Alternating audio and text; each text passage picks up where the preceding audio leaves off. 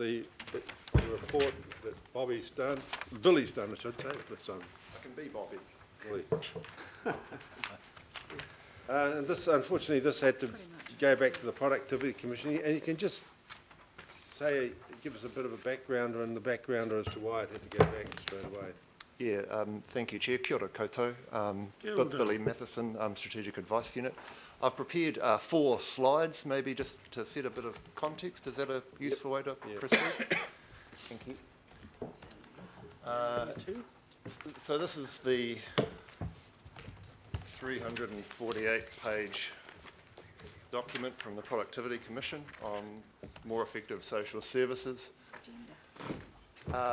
Firstly, I just wanted to apologise for bringing this retrospectively. It's not how we like to work, but given the Productivity Commission's deadlines and our internal processes, we just dipped under the bar on this one. But certainly thank you to the Chair for getting the submission in on time, which was an achievement.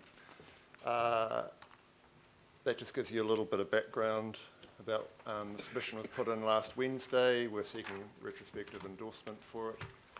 We didn't have a lot of feedback from the 2-week period from governing body or local boards, but what we did get was generally positive and provided a lot of useful input, so we're grateful for your time on that. I just wanted to give you a little bit of a sense of some of the findings in the report. I described it as frank in its assessment of the current state of social service provision. You'll see some of the quotes from the report there. As you can see, they're mostly focused on an analysis of government's current procurement and contracting of social services. And I thought it was a very impressive and well-researched piece of work.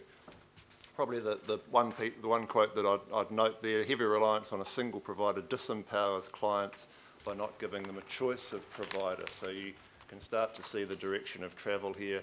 It's really about creating more choice for users of social services and getting that service provision closer to the user through devolution.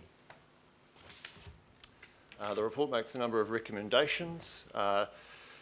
The report's quite jargon heavy, so they use concepts like designing institutional architecture and system stewardship. And I think what they're really trying to say there is that the government is the main player in social service provision in New Zealand, that it needs to take a holistic review of the architecture of social services, and that it has a key role as a steward of that system. Again, you can see the idea that social services would be improved by greater and smarter use of delegation and devolution. And the big idea is that effective commissioning is fundamental to well-functioning social services. So they're using the language commissioning or co-missioning as opposed to just contracting or procurement. And my understanding of that is a more negotiated process and ideally a more holistic process. And at the end of the report, they recommend the establishment of an Office of Social Services within the central agencies of government to oversee these reforms. So in the submission, we tried to keep it fairly high level. We didn't want to get down in the detail of 348 pages of commentary.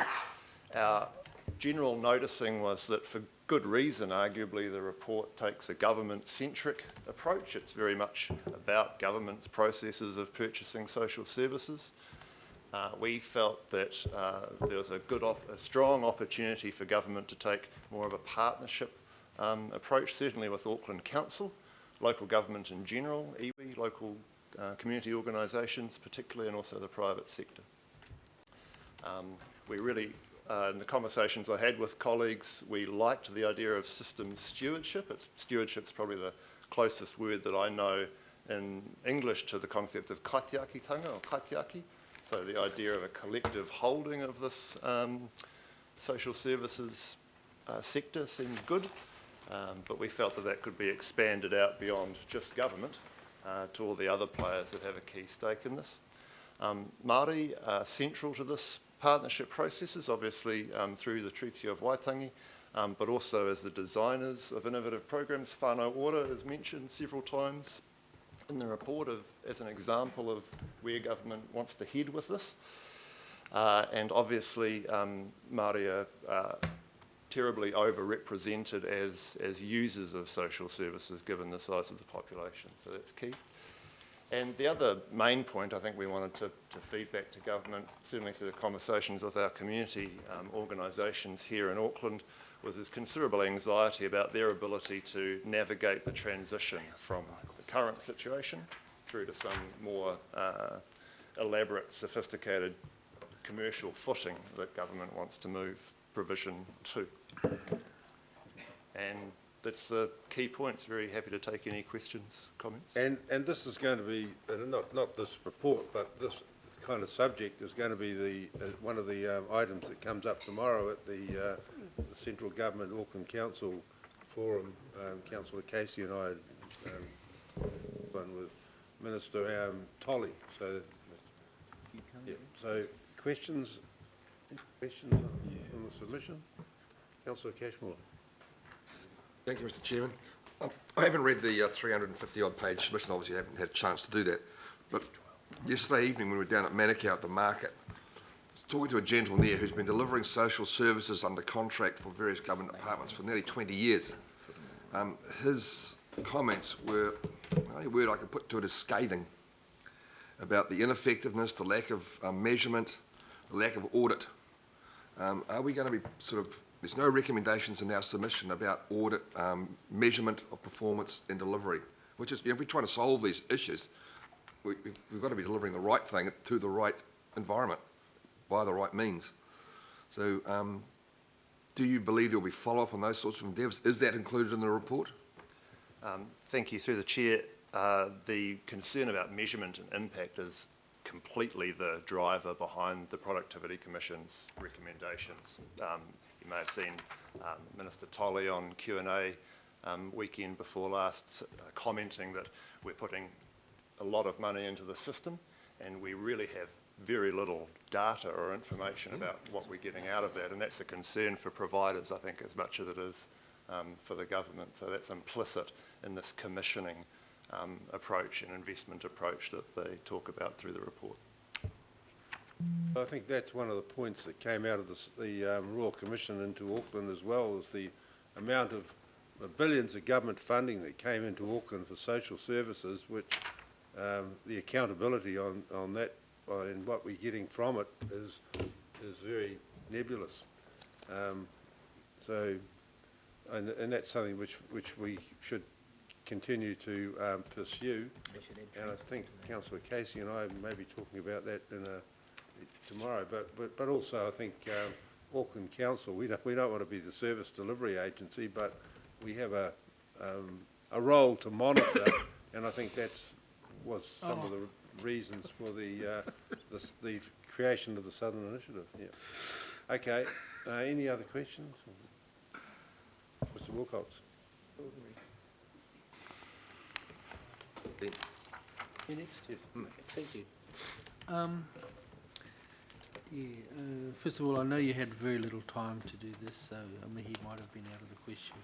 But tēnā koutou would have been good enough, eh? So anyhow, I just want to ask, you've had no engagement because of these time frames, it just was impossible, I understand that. So in your Māori impact statement, you have here that you've mentioned it, and I've read the part there that you're talking about. What I'm trying to ask then is, do you, in your opinion, does this align what we've said with the Māori plan, which is in the issues of significance? Thank you. Through the Chair, I think it can. I think the tricky thing about the key thing about the report is how it's implemented. So the comments we've made consistently through the submission is requesting partnership. And I think if that partnership exists, the negotiation can take place and we'll get a good result. I think the recent issues in the media around sale of state housing shows as a great example of both imply that not much conversation has happened with iwi, and then if you think about the Salvation Army, not a lot of conversation or preparation has happened with providers. So I think if we can learn from that encourage government to take a much more of a partnership approach with these reforms, we could get some great outcomes and a lot of alignment with Māori Plan and Auckland Plan and others. If they want to just push it through, then I would have concerns about the quality of those outcomes. Thank you. Right, well, I'll move the recommendation, seconded by Councillor Nye. Any discussion? I'll put the motion. Those in favour? Aye. Against? Declare that carried. Thank you. Thank you, Billy. Kia ora.